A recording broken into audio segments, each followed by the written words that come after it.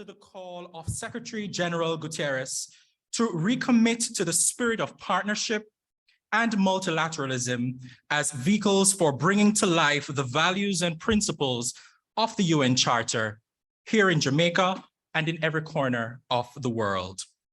Today's UN Day is particularly special as we also recognize the 60th anniversary of Jamaica's entry into the United Nations.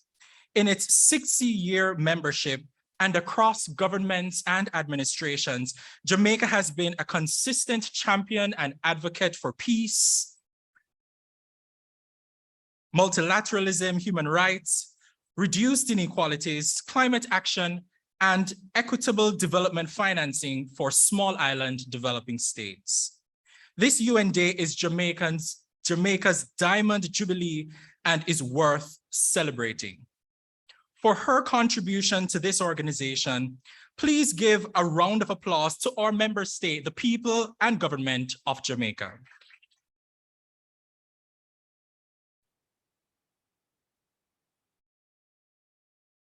Today, we commemorate this moment with the key clients of the UN system.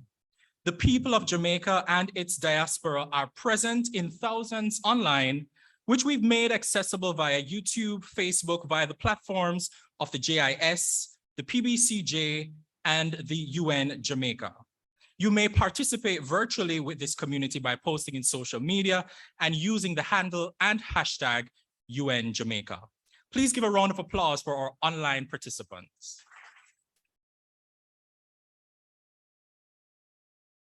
The UN enjoys a hospitable and cooperative relationship with the government of Jamaica and its partners, many of whom are present today. As I recognize them now, I invite you to make them welcome at the end. Senator, the Honorable Kamina Johnson-Smith, Minister of Foreign Affairs and Foreign Trade. Mrs. Natalie Nita Garvey, Member of Parliament, representing the Leader of the Opposition, Mr. Mark Golding. The Honorable Leslie Campbell, State Minister in the Ministry of Foreign Affairs and Foreign Trade. Head of the Foreign Service, Permanent Secretary, Ambassador Sheila Sealy-Monteith, and the staff of the Ministry of Foreign Affairs and Foreign Trade. Dean of the Diplomatic Corps, His Excellency Hugo Verbist, and other members of the Diplomatic Corps and their spouses. Mr. Michael Lodge, Secretary General, International Seabed Authority. Heads of international organizations, please make them welcome.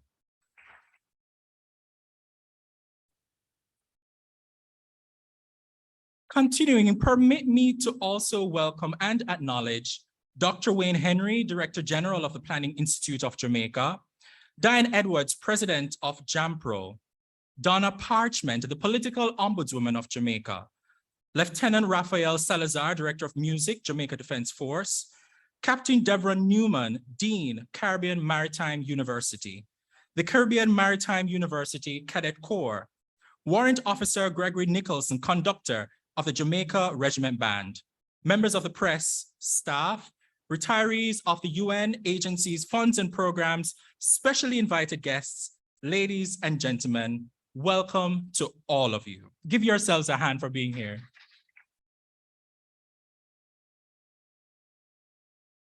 To remind us of why we're here and to bring greetings on behalf of the Secretary General and his UN country team is the UN Resident Coordinator, Dr. Garry Conille. Dr. Conille joined the UN country team in Jamaica after serving as Resident Coordinator in Burundi. Before that, he served as an Under-Secretary General with the International Federation of the Red Cross and Red Crescent Society. He's served as Regional Director for UNOPS Africa Region. In the wake of Haiti's 2010 earthquake, Dr. Conille served as Chief of Staff to the Office of the Special Envoy for Haiti, former US President Bill Clinton, where he helped coordinate Haiti's reconstruction efforts, thereafter serving as Prime Minister of Haiti. Even with this over 20 years of experience in global development leadership, Dr. Conille himself will first tell you that he is the proud father of twin girls. Ladies and gentlemen, he ensures that the UN in Jamaica coordinates efficiently to deliver as one. Please welcome Dr. Garry Conille.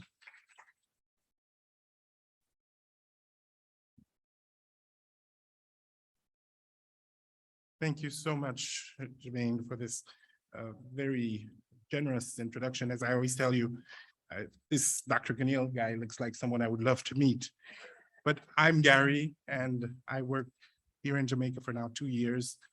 And let me start first, of course, by acknowledging and welcoming Senator the Honorable Kamina Johnson-Smith, Minister of Foreign Affairs and Foreign Trade, Mrs. Natalie Nata Garvey, Member of Parliament representing the Leader of the Opposition, Mr. Mark Golding, the Honorable Leslie Campbell, State Minister in the Ministry of Foreign Affairs and Foreign Trade, Ambassador Sheila Seeley Monteith, Permanent Secretary, Minister in the Ministry of Foreign Affairs and Foreign Trade, His Excellency Hugo Verbist, Dean of the Diplomatic Corps, High Commissioners and Ambassadors and members of the Diplomatic Corps, Mr. Michael Lodge, Secretary General of the International Seabed Authority, members of the United Nations country team, heads of offices of international organizations, of course, Dr. Wayne Henry, Director General of the Planning Institute, Donald Parchment, the Political Ombudsman of Jamaica, members of the press, ladies and gentlemen, good morning. First, let me welcome you all to our UN Day and 60th anniversary of flag raising commemorating Jamaica's membership into the United Nations.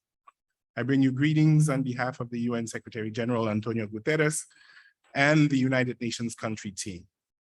As resident coordinator, it continues to be a pleasure and an honor to serve the people and the government of Jamaica in this year, its Diamond Jubilee of Independence and UN membership. Excellencies, distinguished guests, our modern world faces some of the greatest challenges in its history. From the climate crisis to COVID-19, from the fallout of the war in Ukraine to growing threats to democracy, now more than ever, the United Nations must remain the space for constructive dialogue and a beacon for sustainable peace, prosperity, and the future of our planet. From the dawn of its independence, Jamaica has championed the idea that many of the world's problems are interconnected and can only be solved through greater solidarity and cooperation. And over the years, Jamaica has proven that even small nations can influence the global agenda, not only through new and innovative solutions, but of crucial importance by working with other countries with similar concerns. This was certainly the belief that led Prime Minister Bustamente's government to gain membership to the UN as quickly as possible. Just a few short weeks after that August 6th morning, on a day much like today on September 21st, the black, green, and gold was unfurled at UN headquarters for the first time, affirming Jamaica's commitment to international cooperation and to the rules-based international order with the United Nations at its core. Since then, Jamaica has played an outstanding role in the United Nations system, helping to call international attention to such significant matters as human rights, decolonization, economic cooperation and indebtedness, and of course, women's issues. In its 60 years, Jamaicans have served with distinction in senior United Nations positions and provided exemplary leadership to over 40 organizations, subsidiaries, and bodies of the executive and committee levels of the UN system, unique for a small island development state. And Minister, might I add that your election to one of the 3 roles of Vice President of the 77th General Assembly speaks to the high regard and respect Jamaica enjoys from all member states. So whether it is championing with success the declaration of the International Year of Human Rights, the fight against apartheid in South Africa, or helping negotiate the process which ultimately led to Zimbabwe's independence, or working alongside Canada to raise awareness and investments for SIDS, when Jamaica gets involved, things get done. And for that, we are extremely grateful. Excellencies, distinguished guests, as Jamaica continues to lead an ambitious global agenda, the UN partnership in country to accelerate progress towards the SDGs is at its highest level. In the past 2 years alone, drought programs have increased 400%, with investments of the current country implementation plan already exceeding our expectations. United Nations agencies, funds, and programs represented in this room today are working closely with the Planning Institute of Jamaica, line ministries, government agencies, civil society organizations, and multilateral partners to find innovative solutions to Jamaica's longstanding development challenges. Through a more coordinated, coherent, and effective approach, we are seeing positive signs of progress in our joint efforts to strengthen food systems, improve education, build a better future for our youth, protect the environment, address the needs of people living with HIV and AIDS, and stop gender-based violence. This, of course, is cause for enthusiasm and optimism.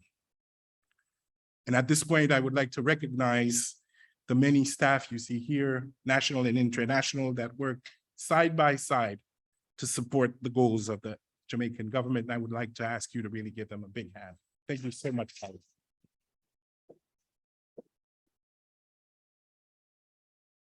Still, many challenges remain, and our resolve will be continuously tested. Today, multilateralism is unfortunately met with significant cynicism at a time when more than ever, we need to bring the life, values, and principles of the UN Charter to bear. And to sustain our progress in some areas and recuperate other recent losses because of COVID, we will need solidarity and more effective cooperation. And nowhere will we need it more and more urgently than in our fight against climate crisis.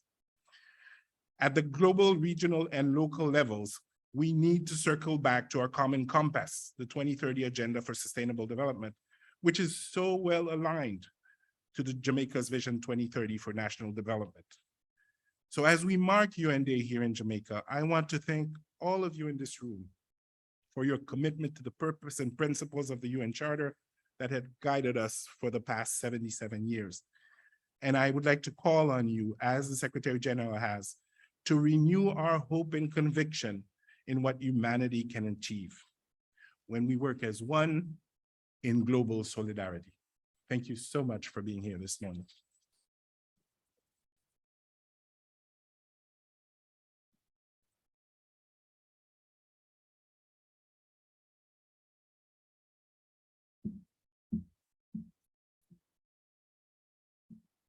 Thank you, Dr. Conille.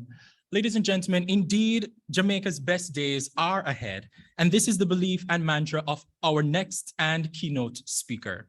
Her beliefs are matched by her hard work and commitment to playing her part in seeing Jamaica realize its best and highest potential. Following the general elections in September 2020, our keynote speaker was reappointed as Minister of Foreign Affairs and Foreign Trade and leader of government business in the Senate, a position she has held since 2016. She is Jamaica's first woman Minister of Foreign Affairs and Foreign Trade. Our foreign minister has represented Jamaica and the region at the highest levels and continues to reaffirm Jamaica's commitment to multilateralism.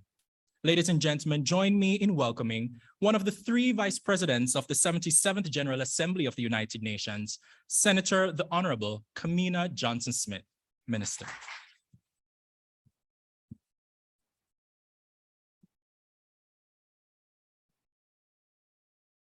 Thank you so very much for your kind introduction, Jomain. And I'm going to ask, because you have so adeptly ensured that everyone, straight through to our retirees, have been recognized this morning, I'm going to ask the audience to join me in applauding you. So very much. Dr. Garry Conille, Resident Coordinator, Mrs. Natalie Nita Garvey, representing Leader of the Opposition, Senator the Honorable Leslie Campbell, Minister of State in the Ministry of Foreign Affairs and Foreign Trade, Ambassador Sheila Sealy-Monteith and the team at the Ministry of Foreign Affairs and Foreign Trade, Dean of the Diplomatic Corps, Ambassador Verbiest, members of the Diplomatic Corps, Secretary General Lodge, heads of international organizations, and in particular, I greet heads of UN agencies present here today. Ladies, one and all, including members of the media, good morning to you and a happy UN Day 2022. The government of Jamaica is pleased to join the international community in observing UN Day. This observance offers the opportunity to join forces in demonstrating the value we place on the worth of the United Nations as we meet these particularly challenging global times. In so doing, we exalt the validity of the purpose and the principles of the UN Charter, which have guided us for 77 years, because yes, even pre-independence. But this year, however, Jamaica celebrates the dual commemorative milestones of 60 years of independence and 60 years of membership in the United Nations. And this morning's flag-raising ceremony is an emotional reminder of that occasion 60 years ago, when our first Prime Minister, Sir Alexander Bustamante, witnessed the hoisting at the United Nations headquarters of the Black, Green, and Gold. That raising, that very act of raising our flag, simultaneously elevated the hopes and aspirations of a small island country entering the global arena with outsized visions for its future. Today, notwithstanding our challenges, in that same spirit of optimism, Jamaica reaffirms her commitment to the vision and work of the United Nations and our adherence to the principles of multilateralism, and indeed the place multilateralism holds as a core principle of our foreign policy. Our strong belief in multilateralism continues to underpin our cooperation with member states and other stakeholders within the United Nations system. 60 years in the life of a nation is a relatively brief period, yet we reflect with a deep sense of pride on the significant global impact our small island developing state has made. Jamaica has contributed a great deal to global efforts for peace, disarmament, the right to self-determination, the condemnation of terrorism, advocacy on sustainable debt management and financing for development, the promotion of the integrity of the international trading system, the promotion of the empowerment of women, international law, protection of the environment, and indeed the promotion of human rights. Jamaica has consistently participated in relevant actions at bilateral, regional, and multilateral levels, fully convinced that the solution to global challenges requires flexibility and creativity, and it requires cooperation. Jamaicans have proudly served in distinct leadership roles in United Nations, organizations, agencies, and bodies. And in that notable tradition, it is our honor, and thank you for recognizing Dr. Conille, as it is our honor to serve as one of the vice presidents of the 77th session of the General Assembly, a capacity which also afforded me the very brief privilege of presiding over a segment of proceedings last month. But ladies and gentlemen, in 1962, Jamaica's very first policy statement to the United Nations General Assembly included a proposal for the declaration of an International Year for Human Rights to mark the 20th anniversary of the Universal Declaration of Human Rights. In 1963, then Senator Hugh Shearer, delivering our policy statement for the second time, proposed that the year 1968 be so declared. And to our credit, that year was observed as proposed. This was just the first of very many initiatives launched by Jamaica at the multilateral level, strengthening our legacy as a small state with a big vision and big ideas. In this connection, I also share that the United Nations Habitat and Human Settlements Foundation was established as a result of an initiative by Jamaica, when it took the lead in piloting this action through the Governing Council of the UN Environment Programme at its second session and at the General Assembly in 1974, which decided to establish the foundation. UNEP's overall mandate in the field of human settlements was revised and limited to environmental aspects and consequences of the planning of human settlements, an important issue domestically at this time. All other responsibilities for human settlement matters were assigned to the newly created UN Center for Human Settlements. And Jamaica gave consistent support throughout this process to the institutional development of Habitat, and served on the Governing Council of the Commission on Human Settlements. Today's UN Habitat evolved from this process. Another area of note is our commitment to safeguarding our world's oceans and marine resources. Our historic leadership role in the development and eventual adoption of the UN Convention on the Law of the Sea ranks among our proudest and most noteworthy contributions to multilateralism since independence. The convention opened for adoption in Montego Bay on the 10th of December, 1982, making this a seminal year as we join the international community in commemorating the 40th anniversary of its entry into force. We are proud and honored to host the International Seabed Authority, which is one of the 3 mechanisms provided for under the UNCLOS.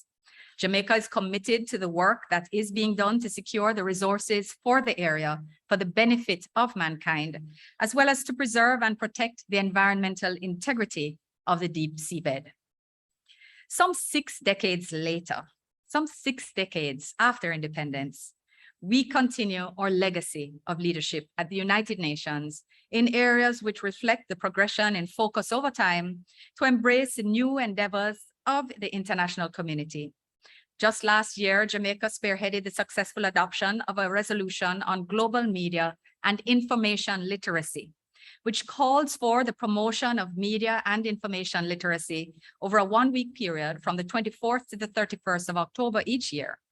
Endorsed by all member states, this pursuit is intended to offer a viable, sustainable, collective, and global approach to countering the increase in disinformation, misinformation, hate speech, and online harassment.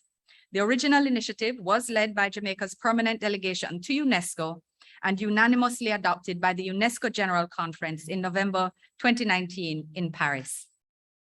Even more recently, in delivering our national policy statement in the general debate of the 77th session in September this year, Prime Minister Andrew Holness called for the observation of a Global Tourism Resilience Day on the 17th of February.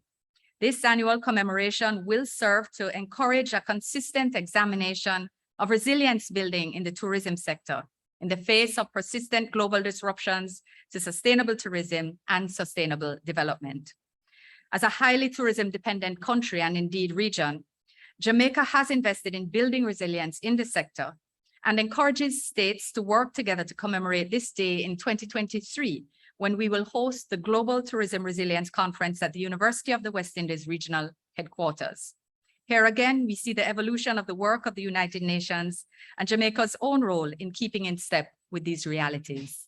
Certainly our partnership with Canada as in the sustainable development, or rather in the financing for development, sorry, there were 2, financing for development for the era of COVID-19 and beyond, which developed significant streams of policy thinking, which actually changed how the international financial institutions treated with the matter of small island and in fact middle-income countries and highly indebted countries coming out of the pandemic.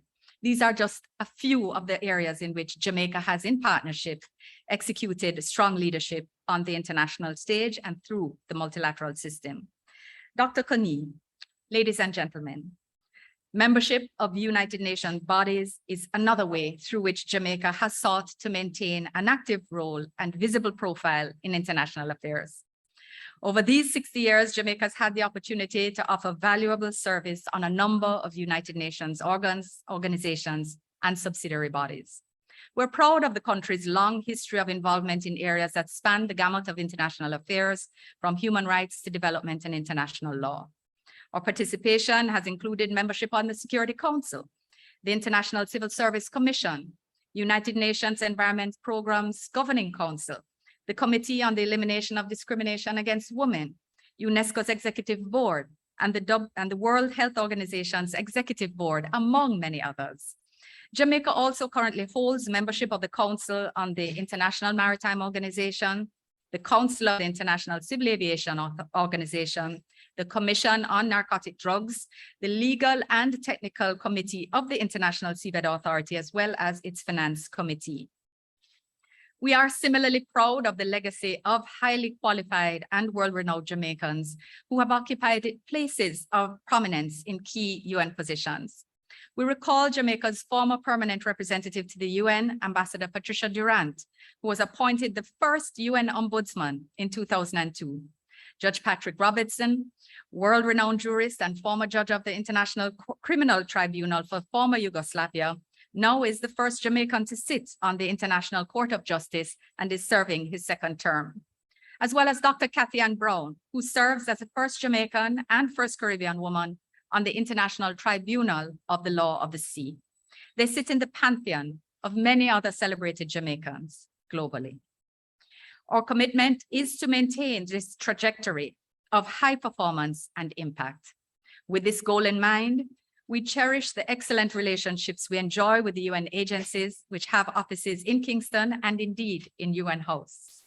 We are pleased to have the opportunity for direct engagement and collaboration to support national development initiatives, especially towards the most vulnerable in our society.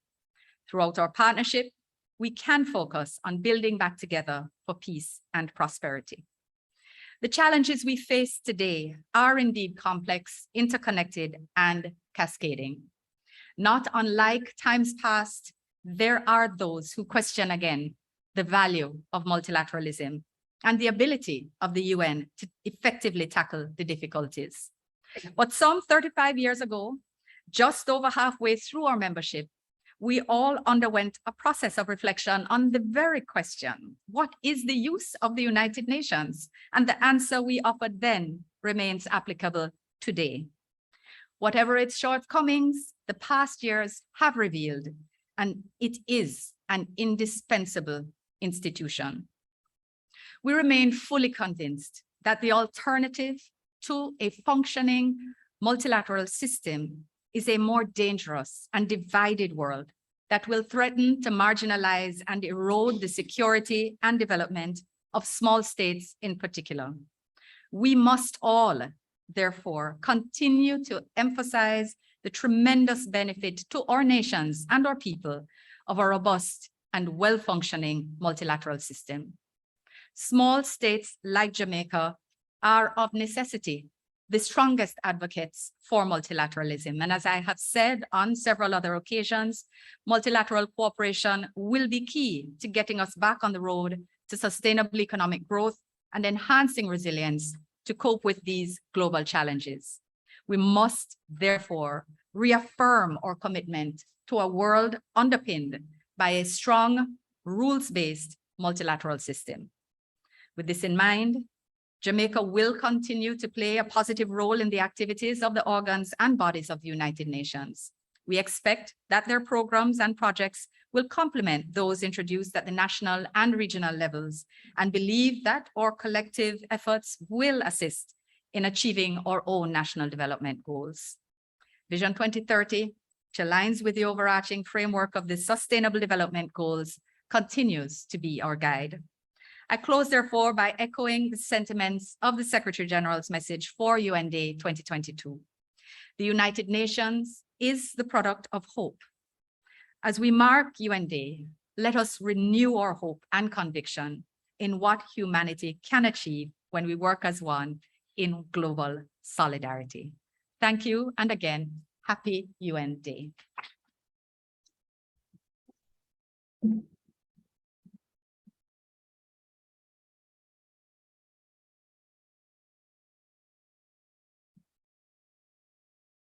Thank you, Minister, for reminding us of the very active, influential, and impactful global work and interventions of our big, small island. Please give her another round of applause. We are now at the focal moment of this morning's event, where we will now raise the flags of Jamaica and the United Nations. Following my instructions for each group, we will be escorted to the courtyard by the cadets of the Caribbean Maritime University. They will ensure that we are in place for the exercise. When we are all in place, the cadets will begin their march and the flag raising will begin. The completion of the anthem is the end of part one of this formal event, but we will remain in place for the capturing of 4 photographs. Following this, we invite our guests to join us for coffee and refreshment, and our participants in the high-level panel to join us in the ISA briefing room on the first floor. I now invite Cadet Scott and Cadet Fairman to escort Minister Johnson Smith and Resident Coordinator Garry Conille to their positions. Cadets.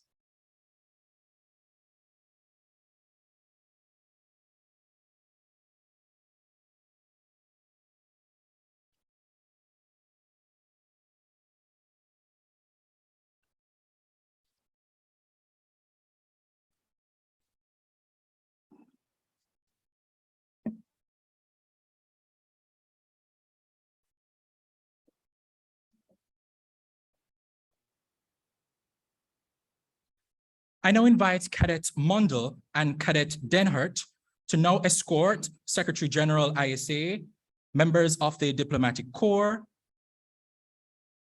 and the United Nations country team to their positions. They will also escort Mrs. Natalie Nita Garvey, Member of Parliament, and Senator the Honorable Leslie Campbell, State Minister, Ministry of Foreign Affairs and Foreign Trade. Cadets.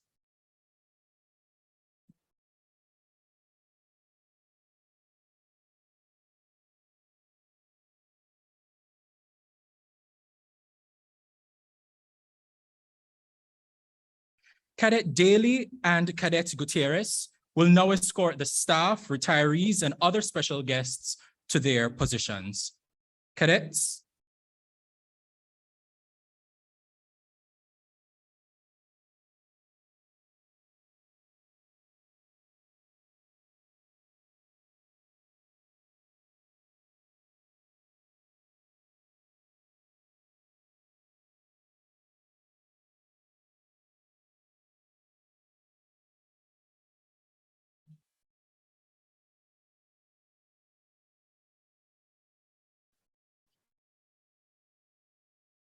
We may all join now on the outside.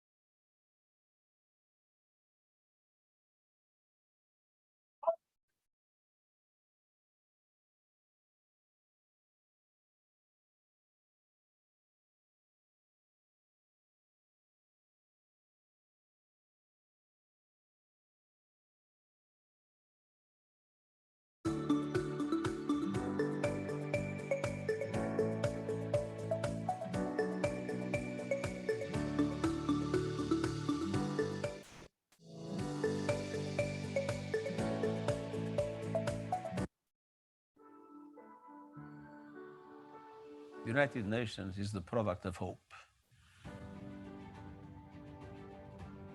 The hope and resolve following the Second World War to move beyond global conflict to global cooperation.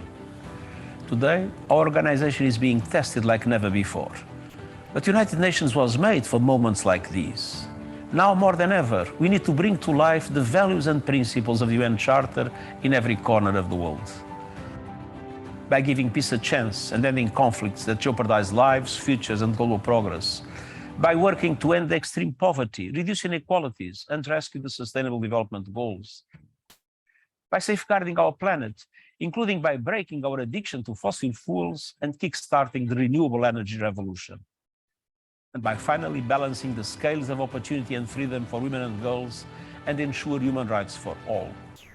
As we mark UN Day, let us renew our hope and conviction in what humanity can achieve when we work as one in global solidarity.